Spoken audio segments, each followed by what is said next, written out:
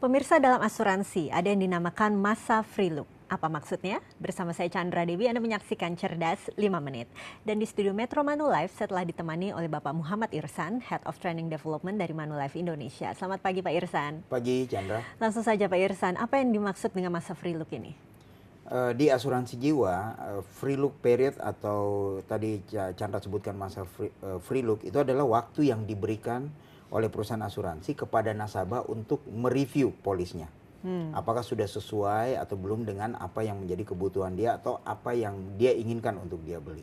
Ini biasanya diberikan di tahap awal. Jadi prosesnya begitu polis disetujui, diterbitkan, dikirimkan ke nasabah oleh, kalau di perusahaan kami di Manulife itu diantarkan oleh agennya, dikirimkan ke nasabah untuk direview apakah sesuai atau berbeda dengan apa yang diharapkan. Jadi ini sebelum ditandatangani atau bagaimana? Setelah ditandatangani. Jadi sebetulnya ini polisnya sudah jadi. Cuma di awalnya itu diminta untuk nasabah cross check lagi nih, apakah sudah sesuai semuanya. Ada yang tidak sesuai dengan yang disampaikan ke advisernya atau semuanya sudah beres. Kalau sudah sesuai semua atau sudah melewati masa free look tadi, maka kontrak itu dianggap sudah berjalan.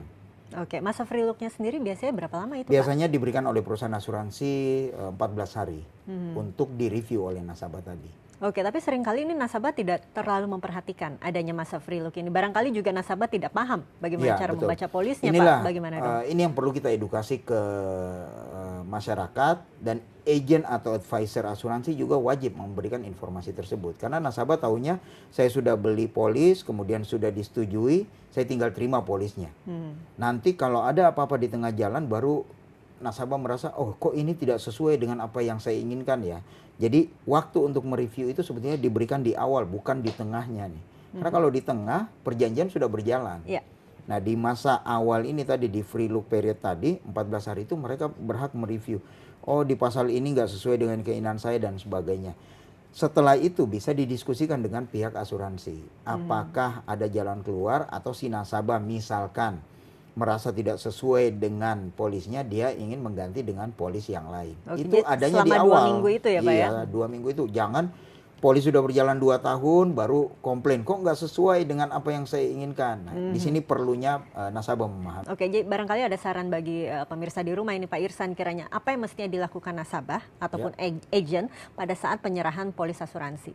Nah di situ titik krusial sebetulnya. Pada saat polis asuransi diserahkan kepada nasabah, agent ataupun advisor tadi dan nasabah harus mereview semua konten dari polis tadi.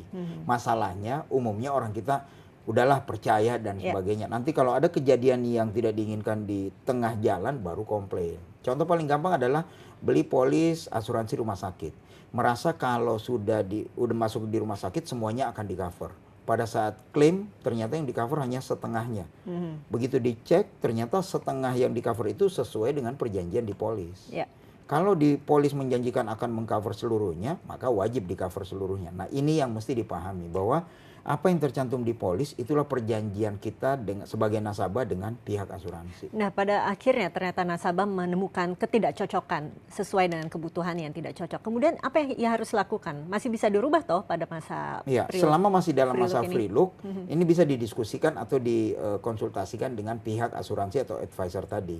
Bisa jadi mereka merasa produk A, B, C, saya belinya produk A, ternyata saya cocoknya produk B. Pada saat itulah dilakukan perubahan dalam arti dia membatalkan polis yang satunya yang tadi dibuat dan mengganti dengan polis yang lebih diinginkan atau lebih sesuai. Oke, sebagai penutup Pak Irsan barangkali bisa diberikan tips untuk mendapatkan polis asuransi yang sesuai dengan kebutuhannya.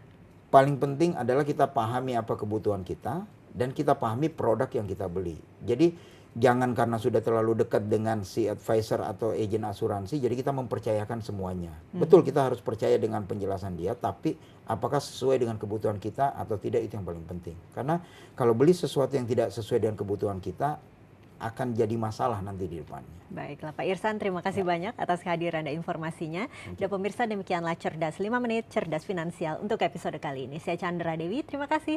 Sampai jumpa. Dipersembahkan oleh